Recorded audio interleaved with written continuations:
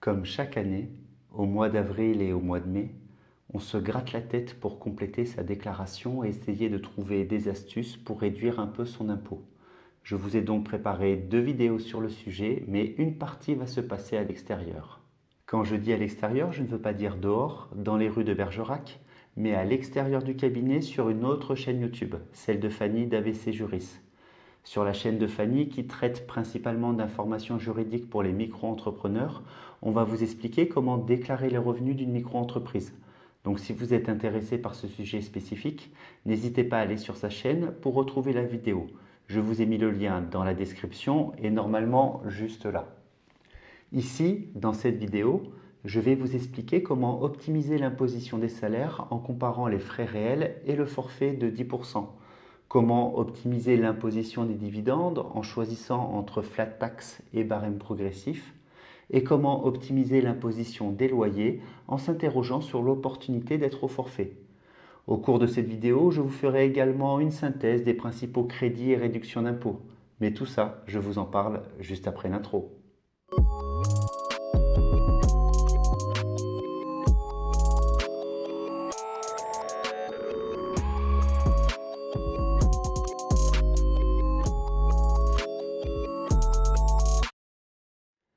Bonjour à tous et bienvenue au cabinet. Je suis Jérôme Petit, expert comptable. Sur cette chaîne, on parle de gestion d'entreprise d'un point de vue pratique et accessible. L'idée est de développer et de vulgariser chaque mois un thème qui peut intéresser le monde de l'entreprise. Et ce mois-ci, nous allons répondre à la question suivante: comment réduire son impôt sur le revenu? Pour commencer, petit rappel. Dès que vous avez perçu des revenus, vous devez obligatoirement faire votre déclaration de revenus par Internet entre le mois d'avril et le mois de mai sur le site impôt.gouv.fr. La déclaration papier n'existe plus, enfin presque plus. Vous pouvez encore faire une déclaration papier en 2021 uniquement si vous remplissez votre première déclaration, car les impôts ne vous connaissent pas encore et donc vous ne pouvez pas créer de compte sur Internet, ou si vous n'êtes pas relié à Internet ou que vous ne vous sentez pas capable d'utiliser le service de la télédéclaration. Mais si vous êtes en train de regarder une vidéo sur YouTube pour réduire votre imposition, j'ai un doute que vous puissiez bénéficier de la déclaration papier. Moralité, on va partir du postulat que la déclaration par Internet est obligatoire. En fait, pas tout à fait. Les contribuables pour lesquels l'administration dispose déjà de l'ensemble des informations permettant de calculer leur impôt sont autorisés à ne pas renvoyer de déclaration à leur centre des impôts.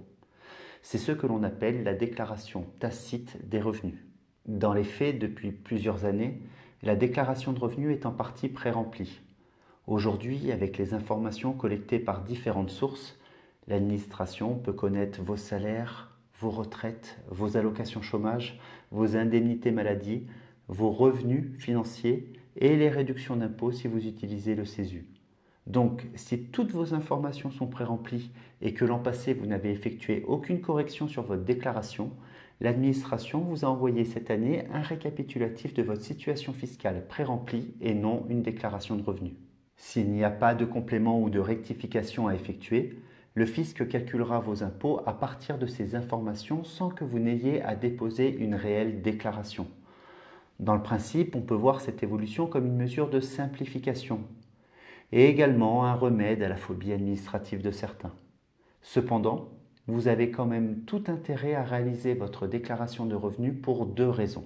Déjà, pour obtenir un avis de situation déclarative à l'impôt sur le revenu, c'est-à-dire un justificatif de vos revenus qui peut servir pour différentes démarches et qui aura la même valeur que votre avis d'imposition mais sera obtenu 3 mois plus tôt, juste après votre déclaration. Et surtout, pour ne pas oublier certaines optimisations ou réductions d'impôts. Car souvent, c'est en faisant sa déclaration qu'on va penser aux dons faits aux pompiers l'année dernière et qu'on va s'interroger sur cette case frais réels qui apparaît juste au-dessous de son salaire. Transition parfaite, on va justement commencer par parler de l'optimisation de l'imposition des salaires. Cette partie concerne les salariés classiques, ceux qui ont un bulletin de paye, les présidents et directeurs généraux de SAS qui sont assimilés à des salariés et les gérants de sociétés. Dans les faits, le revenu imposable s'entend le salaire net sous déduction des frais professionnels. C'est pour cela que sur votre avis d'imposition, l'administration applique un abattement de 10% sur votre salaire pour déterminer votre revenu imposable. Mais si vous estimez que vos frais réels sont supérieurs à ce forfait, vous pouvez déduire de votre salaire l'ensemble des frais en lien avec votre activité. Il peut s'agir de frais de trajet, de frais de repas, mais également toute dépense inhérente à votre emploi. Il n'y a aucun engagement à demander la déduction des frais réels. Vous pouvez l'appliquer une année et revenir sur le forfait l'année suivante si l'option est plus avantageuse pour vous. De même, l'option est individuelle. Donc vous pouvez tout à fait faire une option pour les frais réels pour la première personne du foyer fiscal et rester au forfait pour la seconde si c'est plus intéressant. Mais comment optimiser cette option? Il faut simplement calculer vos frais réels et vérifier s'ils dépassent ou non les 10% du salaire imposable. En ce qui concerne ces frais, pour commencer, il y a les frais de trajet domicile-travail. Lorsque vous allez travailler, soit vous utilisez votre véhicule, soit les transports en commun, soit les deux. Vous pouvez donc déduire les frais sur votre salaire. Pour les transports en commun, c'est assez simple. Il suffit de prendre en compte vos abonnements et d'y déduire la participation de l'entreprise. Pour les frais de véhicule, afin de faciliter le calcul, l'administration a mis en place un barème kilométrise qui forfaitise l'ensemble des frais liés à votre véhicule, son usure, les frais d'entretien et les frais de carburant. Je vous ai mis un lien vers ce barème dans la description. Pour utiliser ce barème, il faut déterminer le nombre de kilomètres réalisés dans l'année. Le plus simple est de multiplier le nombre de jours de travail par la distance entre votre domicile et le lieu d'activité. Et si vous avez fait des déplacements professionnels non remboursés par votre entreprise, vous pouvez également les inclure. Au niveau de la distance domicile-lieu de travail, l'administration distingue le cas où votre domicile est à plus de 40 km de votre lieu de travail. Dans ce cas, la déduction admise porte sur les 40 premiers kilomètres, sauf si des circonstances particulières justifient cette distance importante, et donc une prise en compte complète de ces kilomètres. La justification peut porter sur l'emploi, comme des difficultés à trouver un emploi à proximité du domicile, une mutation géographique professionnelle à la suite d'une promotion, un déménagement de l'entreprise ou tout autre motif inhérent à votre volonté. Sont également susceptibles de justifier l'éloignement entre le domicile et le lieu de travail les motifs familiaux ou sociaux.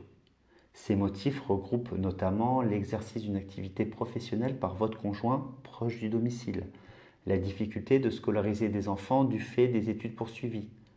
Pour les salariés divorcés, une garde conjointe d'un enfant. Ou les écarts de coûts de logement nécessitant des dépenses hors de proportion avec vos revenus. Une pensée pour ceux qui travaillent dans les grandes villes. Pour demander la déduction des frais de transport entre le domicile et le lieu de travail pour une distance supérieure à 40 km, vous devez juste joindre à votre déclaration une note expliquant les raisons pour lesquelles vous avez maintenu votre domicile à une distance si éloignée de votre lieu de travail.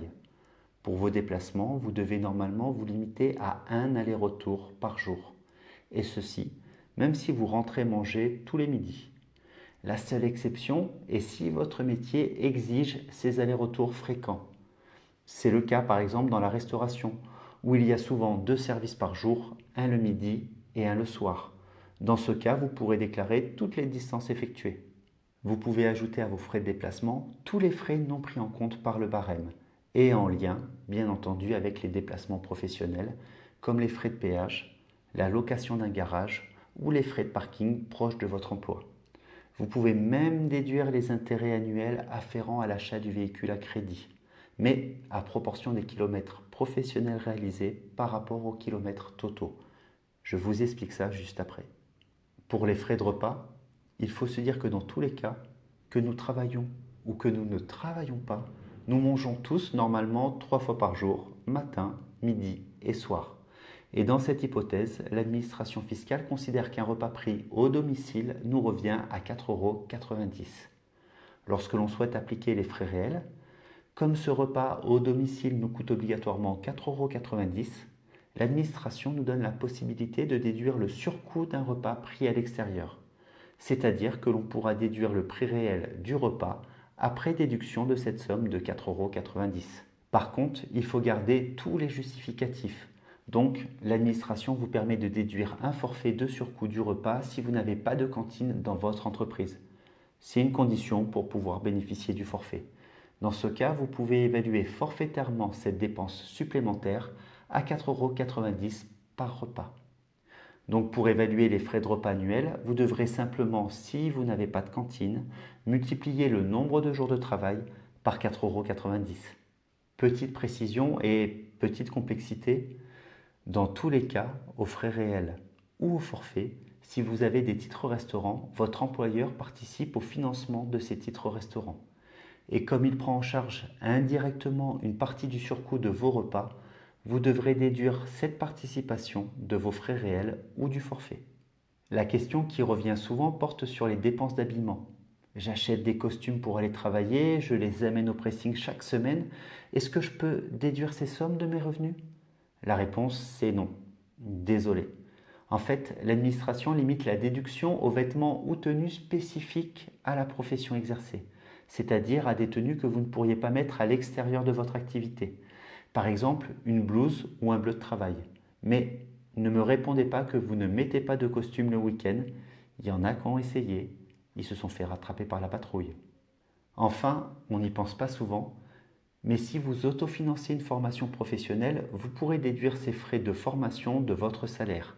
Et si vous déménagez soit pour obtenir un nouvel emploi, soit en cas de mutation professionnelle, vous pourrez également déduire les frais de déménagement.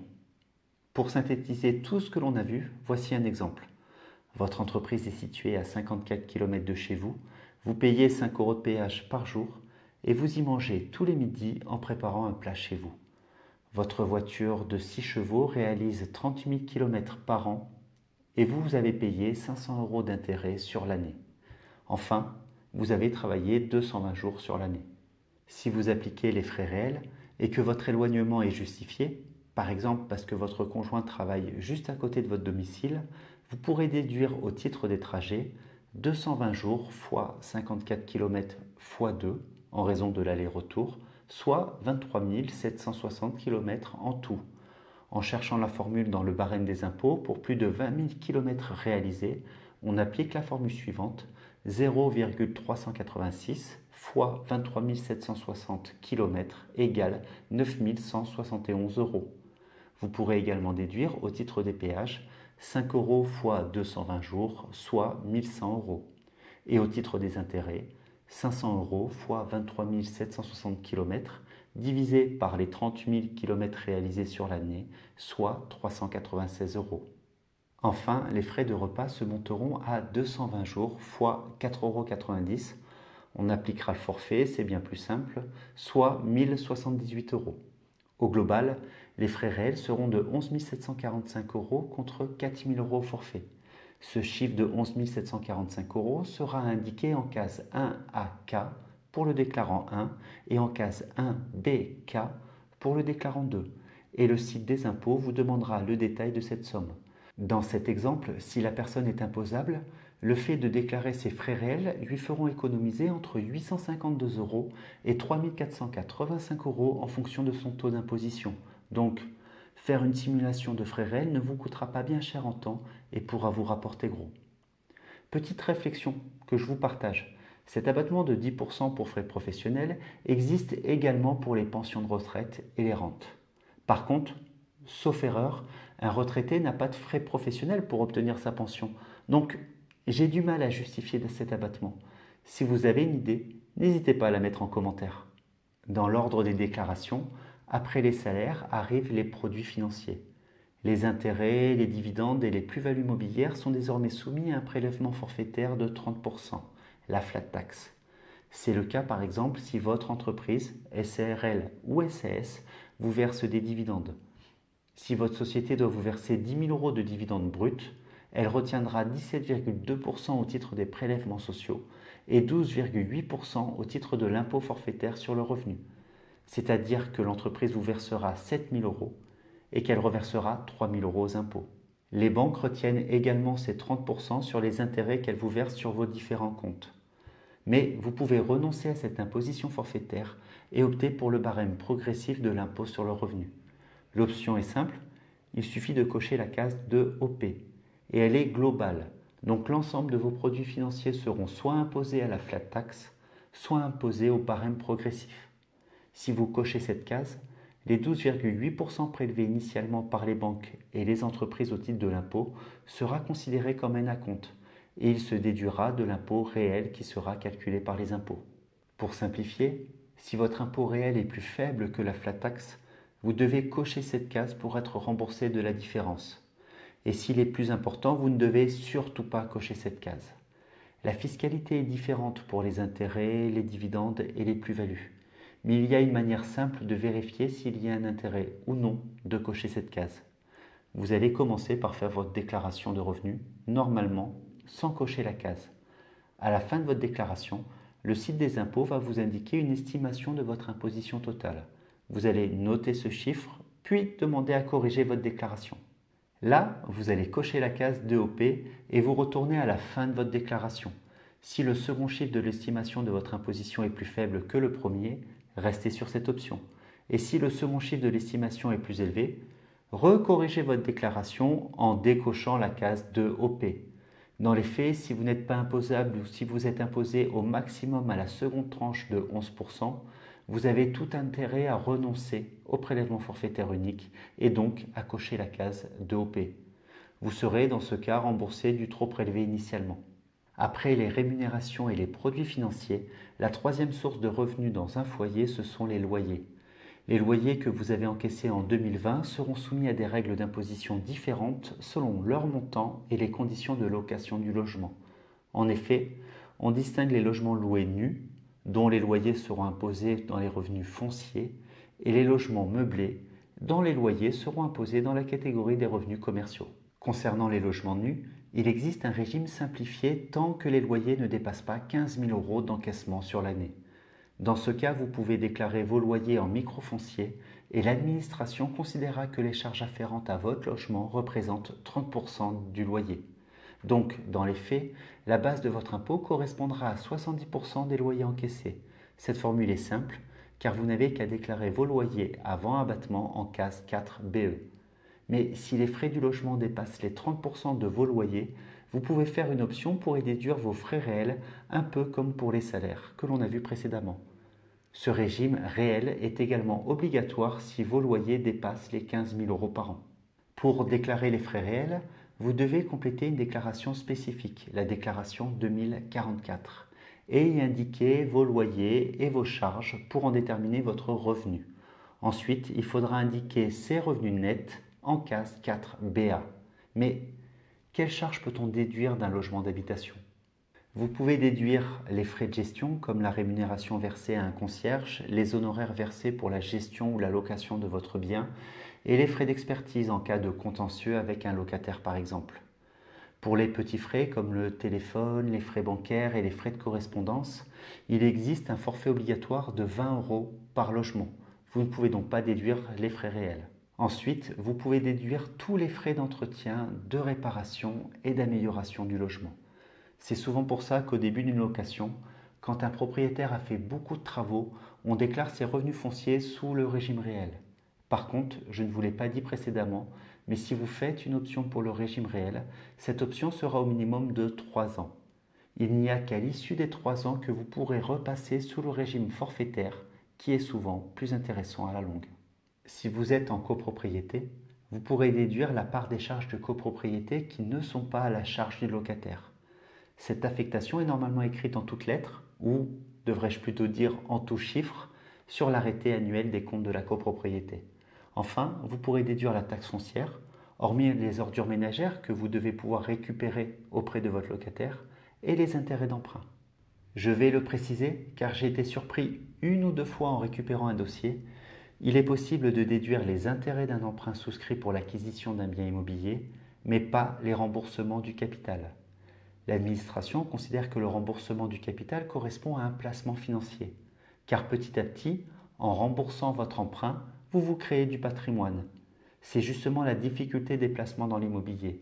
Vous aurez très peu de revenus, car les loyers serviront essentiellement à rembourser un emprunt, et pourtant vous payerez de l'impôt et des prélèvements sociaux sur un loyer que vous ne touchez pas réellement. Il faut bien prendre en compte toutes ces variables lorsque l'on souhaite investir dans l'immobilier. En parlant d'investissement, beaucoup de personnes souhaitent investir actuellement dans des logements meublés pour faire de la location Airbnb par exemple. Dans ce cas, vous n'êtes pas dans la catégorie des revenus fonciers, mais dans celle des bénéfices industriels et commerciaux non professionnels. Si vous avez beaucoup de revenus, disons entre 20 et 30 000 euros, je vous conseille d'aller voir un expert comptable pour vérifier si vous ne devriez pas être imposé sous le régime réel et établir un bilan. Cette option, un peu complexe, vous permettra de déduire, en plus des différents frais, une quote-part représentant entre 3 et 5 % de la valeur du bien immobilier chaque année. Dans le cas contraire, vous relèverez du régime micro-BIC. Et comme pour le régime micro-foncier, vous déclarez vos loyers en case 5 ND et l'administration appliquera automatiquement un abattement de 50 %. Mais il y a encore mieux comme régime. Si vous déclarez votre logement en meublé de tourisme à votre mairie, l'abattement ne sera pas de 50 % mais de 71 %. Ça veut dire que vos loyers ne seront imposés qu'à hauteur de 29 % des sommes encaissées. Dans ce cas, il faudra déclarer vos loyers en case 5 NG. Depuis tout à l'heure, je vous parle de revenus et d'impôts. Mais certaines dépenses que vous avez réalisées l'an passé peuvent vous permettre d'économiser un peu d'impôts. Je ne parlerai ici que des réductions et des crédits d'impôt simples. Pour commencer, vos enfants qui vous coûtent si cher tout au long de l'année peuvent vous faire réduire votre impôt. On n'y pense pas toujours, mais chaque enfant au collège, au lycée ou en enseignement supérieur au 31 décembre 2020 vous permet de bénéficier d'une réduction d'impôt. Cette réduction est de 61 € pour un enfant au collège, 153 € pour un enfant au lycée et 183 € pour un enfant en études supérieures. Pour bénéficier de la réduction d'impôt, vous devez simplement indiquer le nombre d'enfants faisant des études dans les cases 7 EA, 7 EC et 7 EF. Si votre enfant est plus jeune et a moins de 6 ans au 1er janvier 2020, pour les frais de garde à l'extérieur de votre logement, vous pouvez bénéficier d'un crédit d'impôt correspondant à 50 % des sommes payées dans l'année et dans la limite de 2 300 € par an. Vous devez simplement indiquer les sommes versées dans les cases 7 GA, 7 GB et 7 GC. Si la garde est faite à votre domicile et quel que soit l'âge de l'enfant, vous pouvez bénéficier d'un crédit d'impôt dans le cadre de l'emploi d'un salarié à domicile. La liste des services éligibles à ce crédit d'impôt est définie par la loi. On y retrouve la garde et l'accompagnement d'enfants, le soutien scolaire, l'assistance aux personnes fragiles, les travaux ménagers ou de petits jardinages par exemple. Dans ce cadre, si vous employez des personnes en direct ou si vous faites appel à un organisme conventionné, vous pourrez bénéficier d'un crédit d'impôt dans la limite d'un plafond de frais compris entre 12 000 et 15 000 € par an selon la composition de votre foyer. Là encore, vous devez simplement indiquer les sommes payées en case 7 DB. Cette somme correspond au salaire mais également aux charges sociales payées. Les dons à des organismes sans but lucratif d'aide aux personnes en difficulté et aux victimes de violences domestiques ouvrent droit à une réduction d'impôt de 75 % dans la limite de 1 000 € de dons par an. La part qui dépasse ces 1 000 € et les dons consentis à des œuvres et aux organismes d'intérêt général ouvrent droit à une réduction de 66 %. Pour savoir si vous êtes dans telle ou telle catégorie de dons, regardez le CERFA que vous a donné l'association. Il est normalement marqué dessus soit le type d'organisme, par exemple organisme reconnu d'aide aux personnes en difficulté, soit le montant de votre réduction. Par exemple, merci pour votre don, il vous permettra de bénéficier d'une réduction de 66 %. On arrive à la fin de cette vidéo. J'espère que vous aurez diminué un peu votre impôt. Si c'est le cas, pour m'encourager, n'hésitez pas à mettre un pouce bleu sous cette vidéo et à vous abonner. Si vous êtes micro-entrepreneur, n'hésitez pas à aller voir la vidéo complémentaire sur la chaîne ABC Juris. Et en attendant, entreprenez bien.